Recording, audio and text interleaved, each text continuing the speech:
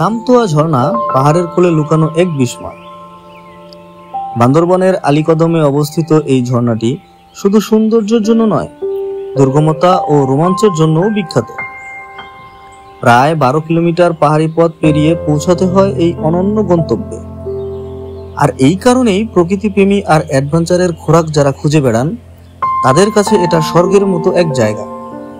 আজকের ভিডিওতে আমরা রওনা দিচ্ছি ঢাকা থেকে দামতোয়া ঝর্ণার উদ্দেশ্যে। দেখাবো কিভাবে একদিনে এই ভ্রমণ শেষ করা যায়, কত টাকাই বা খরচ হতে পারে, আর কি কি জিনিস আগে থেকে মাথায় রাখা উচিত। তাই ভিডিওটা একদম শেষ পর্যন্ত দেখুন। আর যদি ভালো লাগে তাহলে একটুখানি ভালোবাসা দেখিয়ে দিন সাবস্ক্রাইব বাটনে ক্লিক করে। চলুন শুরু করি আজকের রোমাঞ্চকর যাত্রা দামতোয়ার পথে। আমাদের এবারের যাত্রা শুরু হচ্ছে ঢাকার গাবতলী বাস টার্মিনাল থেকে। শ্যামলী পরিবহনের একটি নন এসি বাসে চেপে আমরা রওনা দেব বান্দরবনের আলীকদমের উদ্দেশ্যে। ভাড়া জনপ্রতি 1050 টাকা। রাত 9টা 30 মিনিটে আমাদের বাস ছাড়বে গাবতলী থেকে। প্রায় 380 কিলোমিটারের দীর্ঘ পাহাড়ি পথ পাড়ি দিয়ে পৌঁছাবো আলীকদমে। যেতে সময় লাগবে আনুমানিক 9 থেকে 10 ঘন্টা। রাত 2টা 30 মিনিটে আমরা পৌঁছালাম কুমিল্লার নূরজাহান হোটেলে। আজকের যাত্রার প্রথম বিরতি। মনে রাখবেন, হাইওয়ে রেস্টুরেন্টগুলোতে খাবারের দাম তুলনামূলক একটু বেশি হয়, তাই অর্ডার করার আগে দাম জেনে নেওয়াই ভালো। 20 মিনিটের যাত্রা বিরতির পর আবারও রওনা দিলাম আমাদের গন্তব্যর পথে। গন্তব্য বান্দরবনের আলীকদম। ভোরের আলো ফুটতেই চোখে পড়তে লাগলো বান্দরবনের পাহাড়ি সৌন্দর্য। আঁকাবাঁকা পাহাড়ি রাস্তা ধরে আমরা ছুটে চলেছি আলীকদমের দিকে। চলুন উপভোগ করি বান্দরবনের পাহাড়ি রাস্তার সৌন্দর্য।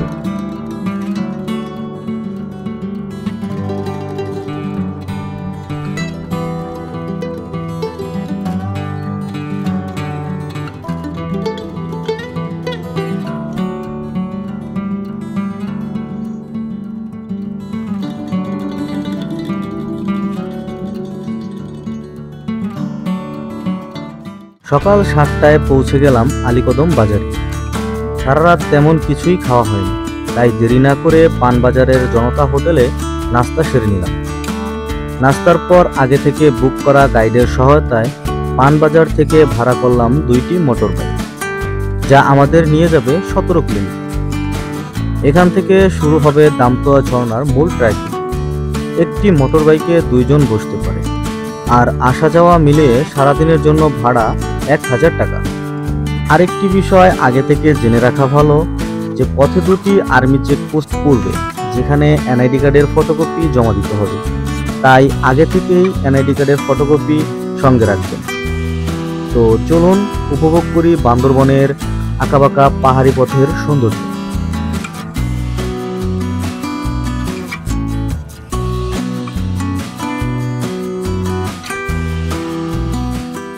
আলহামদুলিল্লাহ, আমরা এখন চলে আসছি 17 কিলো। সো এখান থেকে আমাদের এখন যে মেইন ট্রেকিং, এই ট্রেকিংটা শুরু হবে। আমরা এখন দেখতে পাচ্ছেন একটা পাড়ায় আছি। এখান থেকে আমাদের যে মেইন ট্রেকিংটা ওটা শুরু হবে। আমরা এই বাইকগুলো দিয়ে মাত্রই আসলাম, যেমনটা আপনারা দেখতে পাইলেন। পাহাড়ি আঁকাবাঁকা রাস্তা পার হয়ে অবশেষে আমরা পৌঁছালাম 17 কিলোমিটার। এখান থেকে প্রায় 3 ঘন্টার ট্রেকিংয়ের পরেই দেখা মিলবে আমাদের কাঙ্ক্ষিত গন্তব্যের।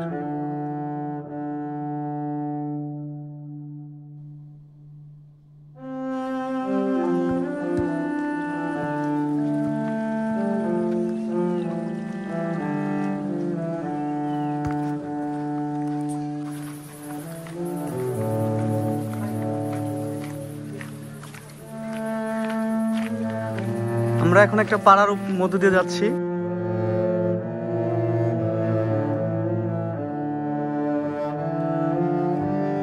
যেমনটা আমাদের গাইড বললো যে এটা মুরুদের জুম, মানে মুরু সম্প্রদায়েরা জুম চাষ করছে এখানে। ধান, হলুদ, আরো মিক্স অনেক ধরনের, যেমন কলা আছে দেখতে পাচ্ছি। তো অনেক চাষ করছে আর কি, জুমের জন্য বানানো হচ্ছে।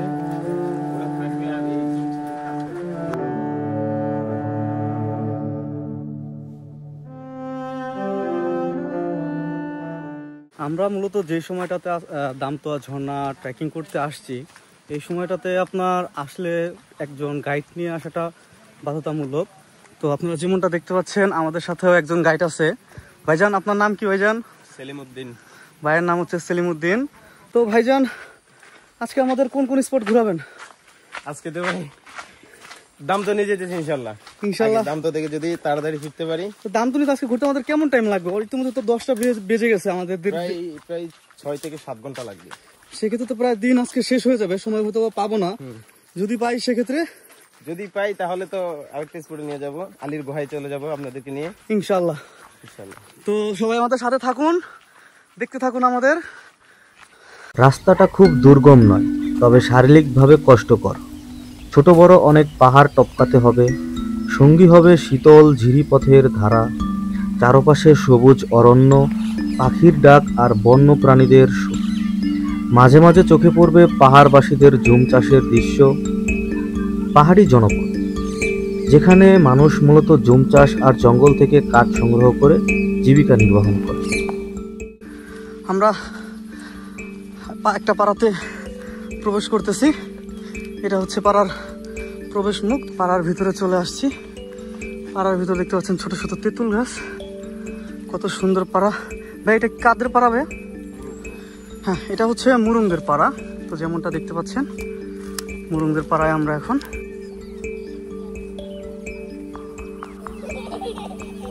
কেমন আছো তোমরা? হাই।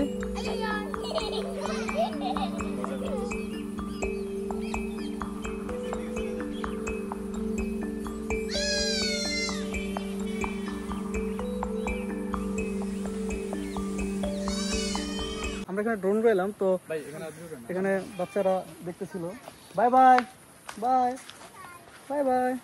আমরা মাত্র পাড়া থেকে বের হয়ে একটা ঝর্ণা দেখা পেলাম একদম সামনে। সরি, ঝর্ণা না, আর কি ঝিরিপথ। একটা সুন্দর একটা ঝিরিপথে দেখা পেলাম। তো আমাদের ট্র্যাকের প্রতিটা মোড়ে মোড়ে এক একটা করে ঝিরিপথ।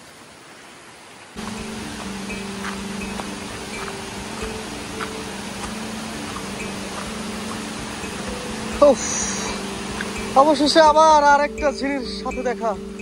আজকে মনে হচ্ছে আমরা ঝিরির সাথে এপার ওপার খেলতেছি।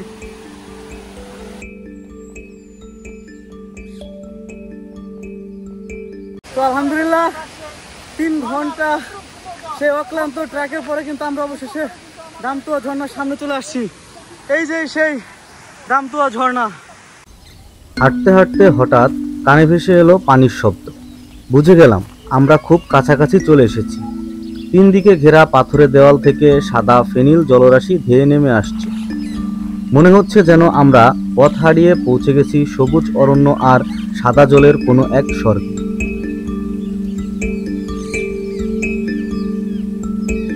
ঝর্ণার পানি বেড়ে যাচ্ছে আর মেঘ দিয়ে পুরো আকাশ ছেয়ে গেছে, যার কারণে আমরা এখন এখান থেকে চলে যাব। রিস্ক নিতে যাচ্ছি না, কারণ কখন হুটহাট করে ফ্লাশ চলে আসে, একটা রিস্ক থাকে যেহেতু বৃষ্টির দিন। তো আমরা এখন চলে যাবো, হুট করে পানি বেড়ে গেছে।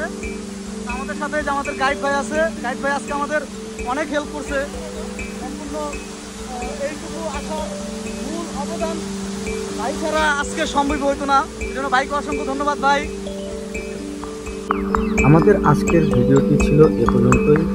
দেখা হবে আরেকটি নতুন কোনো ভিডিওতে, নতুন কোনো জায়গা থেকে।